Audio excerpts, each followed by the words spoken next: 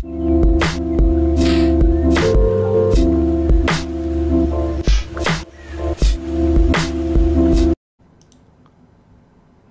안녕하십니까. 평생투자파트너 회원관리팀입니다. 네, 오늘은 2018년 1월 29일입니다. 그리고 오늘 설명드릴 차례는요, 최고의 주식 최적의 타이밍 제 15번째 설명드릴 차례입니다. 이익난 주식을 언제 매도할 것인가, 언제 팔 것인가 이죠.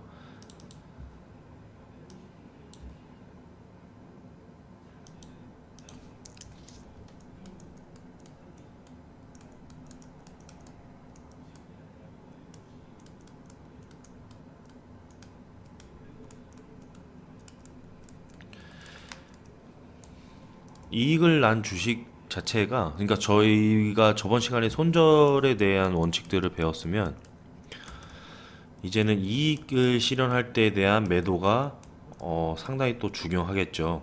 그래서 책에서도 또 강조를 여러 차례 하고 있는데요. 많은 상담을 하다 보면 이제 회원님들께서 매도를 언제 해야 될지 가장 고민스럽고 매도 타이밍을 못 잡아서 결국에는 수익을 확정짓지 못하는 그런 사태가 많았습니다. 그래서 책에서는 처음부터 버나드 바루크의 말을 인용하고 있습니다. 버나드 바루크는 나는 언제나 주가가 상승하고 있을 때 팔았다 라고 하고 있죠. 상승하고 있을 때 매도했다 라는 것이고, 그것이 내가 재산을 모았던 가장 큰 하나의 이유였을 것이다. 사실 많은 경우 계속 보유했더라면 더 많이 벌었을 것이다. 그러니까 상승을 하는 과정에서 매도를 했고 어떤 패턴이 있었겠죠. 그냥 단순 상승이 아니라 그 장기 상승을 보인 이후에 매도한 이후에 더 주가가 올라갔을 텐데, 그렇게 보유해서 매도했더라면은 더 많이 벌었을 것이다. 그런데 가장 또 중요한 것은 그렇게 했더라면 주가가 폭락을 했을 때도 나는 빠져나오지 못한 채 붙잡혀 있었을 것이다 라고 얘기를 했습니다. 또한 제럴드 로브도 이렇게 말을 했죠.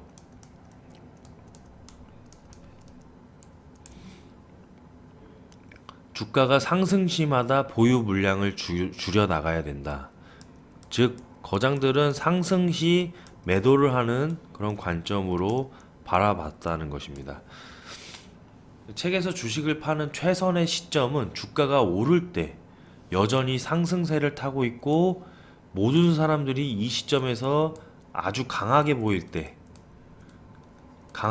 때에 매도 시점이 나온다라고 언급합니다. 이것은 어떻게 보면 인간의 본성과 또 반대되는 측면인 것 같습니다. 왜냐하면 더 상승을 할 수 있을 거라는 어떤 기대감이 많이 사로잡히겠죠. 네, 그때 매도를 한다는 것이 정말 힘들 것 같습니다. 네, 그런데 수많은 시행착오와 연습을 걸쳐서 실전으로 수익을 보존하는 그 자체가 상당히 힘들 것 같은데요. 일단 거장들이 그렇게 공통적으로 말을 하고 있다는 점은 상당히 고무적입니다. 어떨 때가 가장 강한 시점인가라고 보이는 것처럼 그냥 단순히 이렇게 상승할 때 매도한다 라는 것은 개개인마다 느끼는 게 다를 것입니다.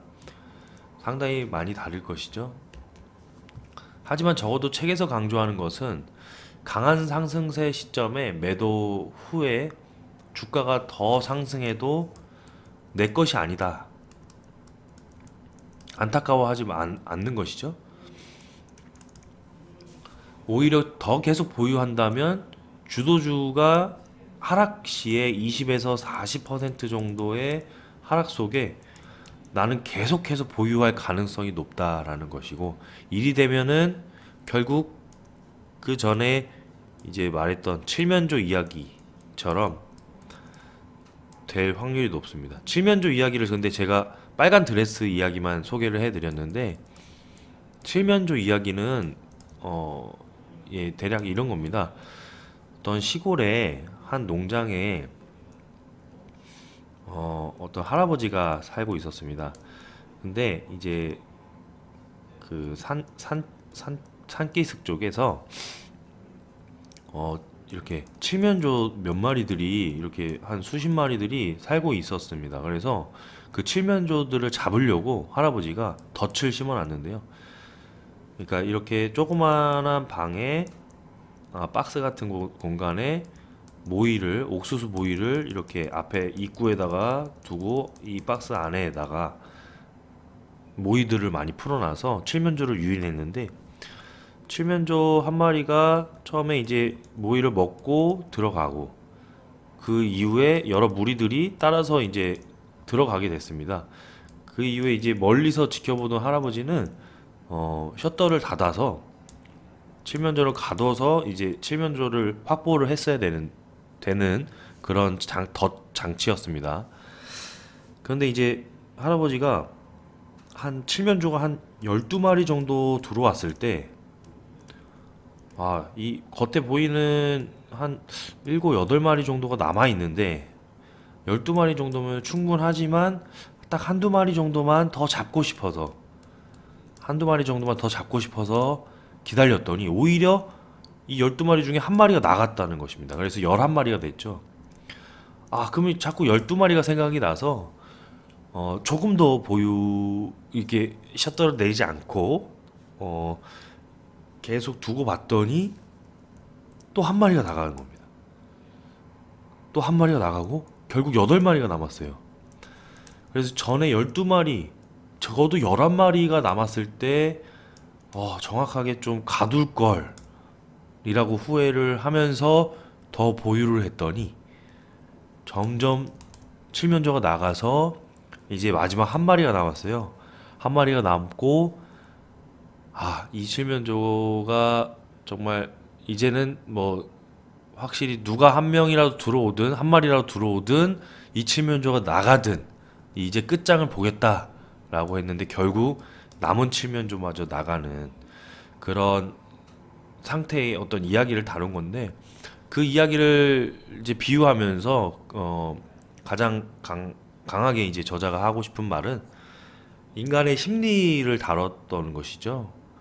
네, 수익을 보존하지 못하고 이제 확정짓지 못하고 더 많은 이익을 기대하는 그 인간의 본성이 사실상 얼마나 위험한지를 나타내는 것이죠. 결국 한 마리가 남고 추가 한 마리가 들어오지 못하고 결국 마지막 한 마리마저 빠져나가는, 그래서 0마리가 되는, 그래서 손은 빈털터리로 집에 돌아가야 되는 그런 현상들을 다뤘던 것입니다. 그래서 주식시장에도 그러한 심리를 철저하게 배제해서 이제 이익을 보존할 수 있는 자리에 정확하게 이익을 보존할 수 있다면 상당히 좋은 매매가 될 것이라고 얘기를 합니다. 책에서 나오는 차트 전문가 잭 드레이퓨스는 탄탄한 주가 패턴을 형성을 한 뒤에 신고가를 돌파할 때마다 매수를 했답니다. 신고가를 돌파할 때. 그래서 경쟁 펀드들보다 2배의 수익률을 기록을 했던, 더 많은 2배의 수익률을 기록을 했던 잭 드레이퓨스였죠.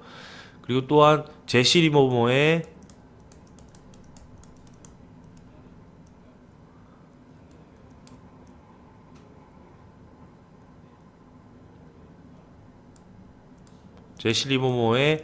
피라미딩 방식,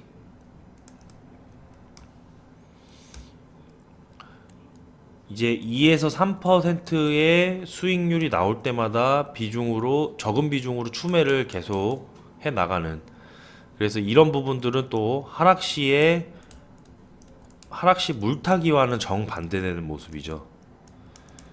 그래서 이런 부분들이 신고가에 누가 매수를 하는 것 자체가 다 두려운 것이고, 주가가 상승 국면에 추가 매수를 한다는 것도 개인적으로 반대되는 패턴입니다. 네. 그래서 개인 심리와 정반대되는 매매 패턴 자체들이 상당히 도움이 많이 될 때가 많습니다. 오닐도 윌리엄 오닐도 실수가 많았습니다. 상승 후 하락하여 이익을 보존하지 못한 경우도 많았다고 합니다. 하지만 어디서 실수를 저질렀는지 차트에 다 일일이 표시하고 기록했습니다. 그래서 이익에 대한 것과 손실에 대한 전략을 새로이 짰습니다. 이익과 손실의 전략을 새로이 짰다. 모양 형성 후에 성공적으로 도약을 했다라고 가정을 했을 때, 그런 성공적인 수익률에 대한 부분이 통상 20에서 25%가 가장 많이 기록이 되면서 상승을 보였고, 그리고 하락 후에 모양을 형성하거나 또 일부는 재상승을 했다는 것이죠. 그래서 3대1 기준을 정할 때 마이너스 7에서 8%의 손절 비율과 수익 실현은 20에서 25% 구간의 수익을 실현하는 구간으로 정했던 것 같습니다. 그런데 당연히 예외가 있죠. 모든 경우에 적용을 하는 것 자체가 위험합니다. 그래서 이 책에서도 어느 일단락 지어지는 그런 코멘트가 있다면, 그게 사실 사전 어떤 전후 배경을 다 따지고 정해야 되거든요. 예를 들어서 최후의 정점인 포인트가 그러니까 상승 중에 매도를 했다. 그러면 이런 이제 바닥을 다지고 이렇게 상승 중에 바로 매도를 해야 되는 것은 또 아니죠. 개인마다 편차가 다르지만 그래서 적어도 책에서 정확하게 이야기하는 구간은 확실히 바로 잡아서 이해하셔야 되는데요. 그래서 이런 것도 마찬가지로 20에서 25%의 무조건 전량적인 어떤 매도가 아니라, 네, 되게 통상적으로는 일단은 그렇게 이루어졌다라고 기억하시면 되겠고, 최초 매수가보다 5% 이상으로 올라간다면 추가 매수를 금지했습니다. 추가 매수를 금지했고, 그리고 또한 아까 말씀드렸다시피 20%에서 25% 정도의 그 수익 구간에서는 일단 통상적으로 많은 부분에서 매도를 했다는 것이죠. 그런데 예외가 있다고 말씀드렸지만, 예외는 1에서 3주 정도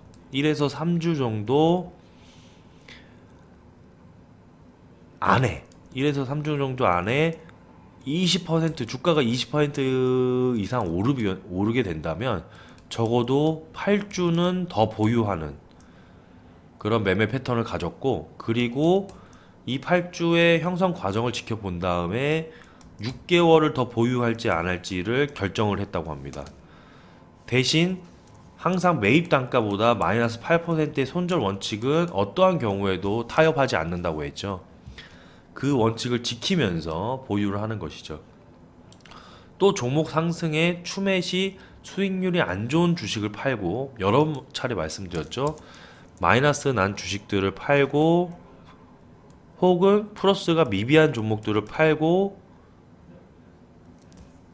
다른 주식을 사면서 최고의 주식들로 자금의 흐름을 계속 유입시키는 그런 작업을 계속적으로 한 것이죠.